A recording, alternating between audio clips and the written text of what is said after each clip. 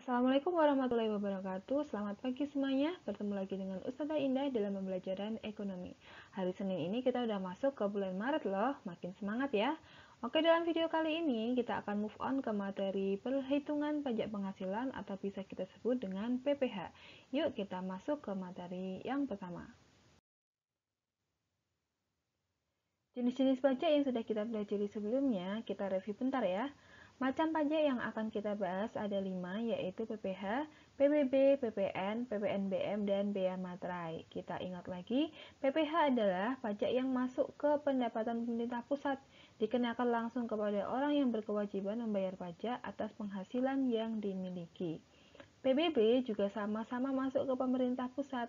Penanggung tidak bisa dialihkan juga atas kondisi bumi dan bangunan. Sedangkan PPN termasuk pendapatan pemerintah pusat, tetapi penanggungnya bisa dialihkan ke pihak lain, misalnya konsumen atas kondisi objek pajak yang dibeli. Sementara itu, untuk PPNBM masih masuk ke pemerintah pusat, bersifat langsung atas penjualan barang yang tergolong mewah. Dan yang terakhir ada bea materai yang juga masuk ke pendapatan negara. Penanggungnya adalah orang yang membuat dokumen dan atas kondisi dokumen itu. Oke, sekarang kita masuk membahas gimana caranya menghitung pajak penghasilan baik PPh perseorangan maupun PPh badan usaha tetap.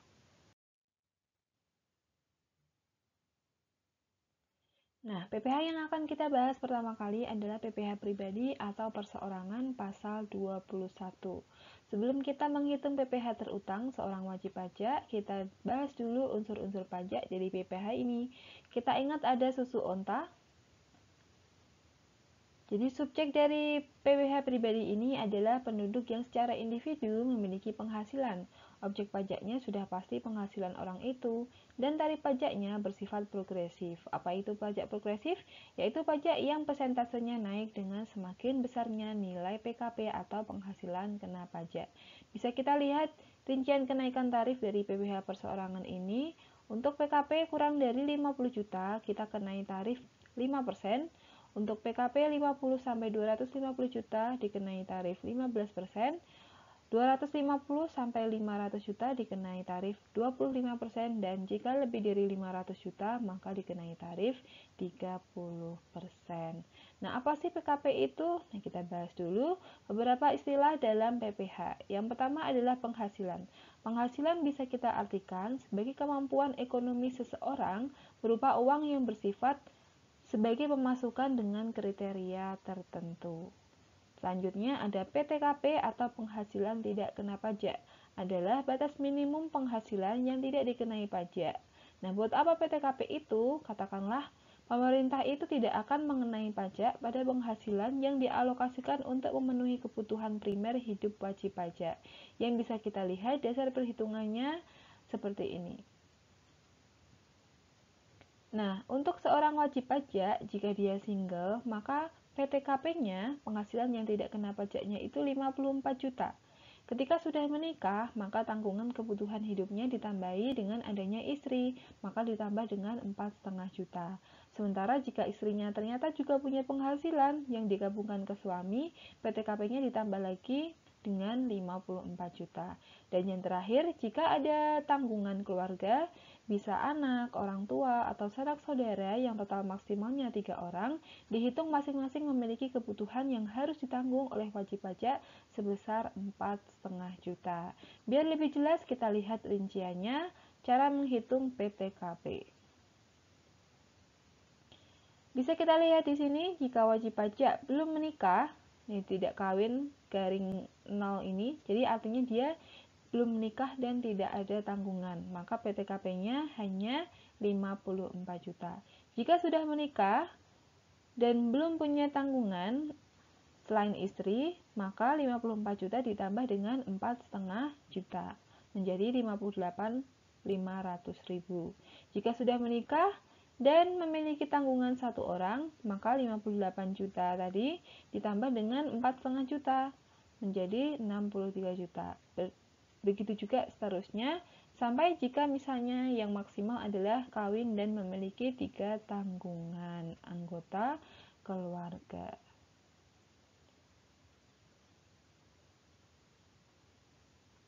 Nah, jika PTKP seorang wajib pajak sudah dapat ditentukan dan dihitung berdasarkan kondisi masing-masing, kita bisa menghitung penghasilan wajib pajak yang bisa dikenai pajak atau kita sebut dengan istilah PKP yang diperoleh dari mengurangkan penghasilan wajib pajak dengan PTKP yang sudah kita hitung tadi.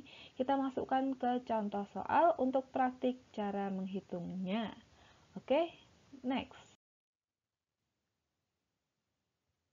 Nah, contoh di sini kita memiliki soal yang pertama yaitu Pak Ryan mempunyai istri yang tidak bekerja dan 3 orang anak dengan penghasilan 7 juta per bulan. Maka PPh yang harus dibayar oleh Pak Ryan adalah, nah di sini yang pertama harus kita cari adalah penghasilan selama setahun dari Pak Ryan ini.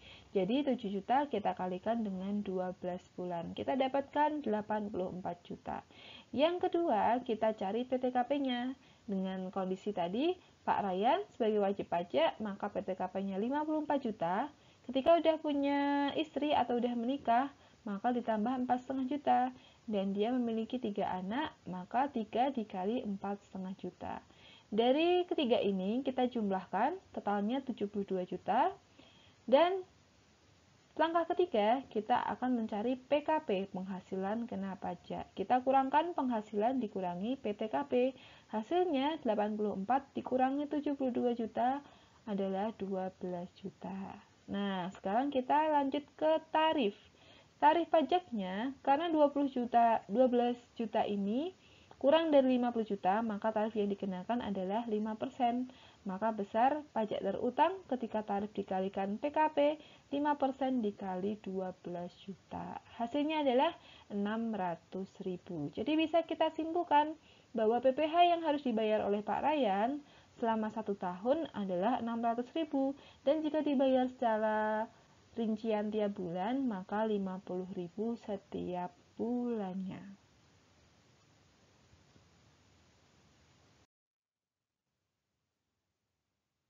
Nah, biar kita lebih paham lagi dengan materi ini, kita next ke soal dengan variasi yang lain ya.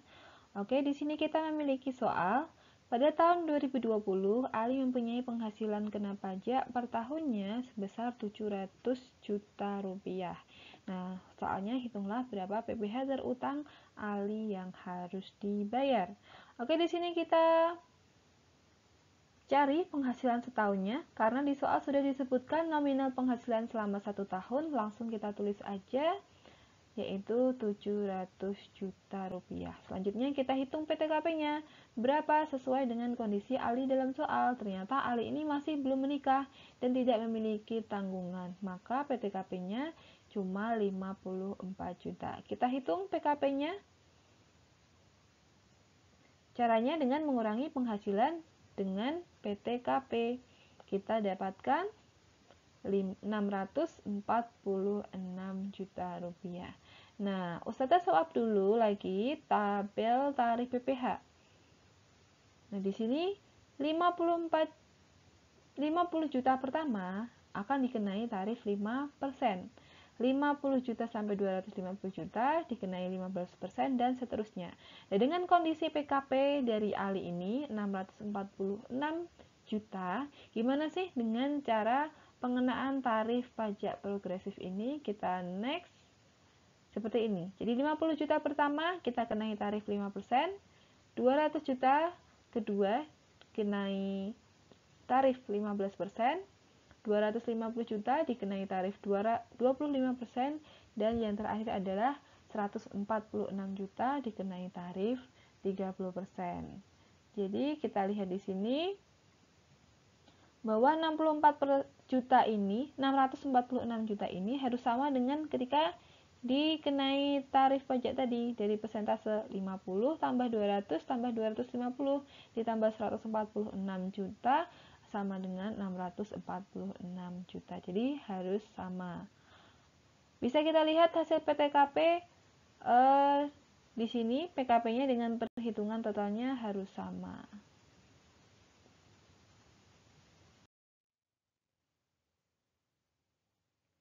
Nah, dengan PKP 646 juta tadi, kita hitung berapa tarif dari tiap jenjangnya PKP ini. Yuk, Yang pertama, besar pajak terutangnya dengan tadi tarifnya progresif ini 5% kita kalikan dengan 50 juta, hasilnya 2,5 juta. 15% kali 200 juta, hasilnya 30 juta. 25% kita kalikan 250 juta, hasilnya 62.500.000. Dan yang terakhir adalah 30% kita kalikan dengan 146 juta, hasilnya adalah 43.800.000. Jadi dari 4 tarif ini kita jumlahkan, hasilnya adalah 138.800.000. Jadi bisa kita sampaikan bahwa PPh per tahun dari Ali ini adalah 138.800.000. Sementara jika dibayar per bulan menjadi 11.566.666 rupiah. Nah, PPh ini lumayan besar ya. Makanya karena nominalnya besar, kadang-kadang ada oknum-oknum yang tidak jujur yang menghindari membayar pajak dengan cara yang bermacam-macam. Nah, kita masuk ke materi selanjutnya yaitu perhitungan PPh oleh badan usaha tetap. Katakanlah di sini perusahaan atau UMKM seperti itu. Nah, kita bahas dulu unsur-unsurnya dengan susu onta. Subjek dari PPh badan usaha tetap jelas badan usaha tetap itu sendiri. Objeknya adalah penghasilan badan usaha tetap dan tarifnya sama-sama menggunakan pajak progresif, yaitu persentase pajak yang naik saat PKP-nya semakin besar. Tapi, persentase yang diberikan itu berbeda dengan PPh perseorangan. Bisa kita lihat sebagai berikut. Nah, di sini menggunakan penghasilan kotor, dan tarif pajaknya jika kurang dari 4,8 miliar maka 1% dari PKP.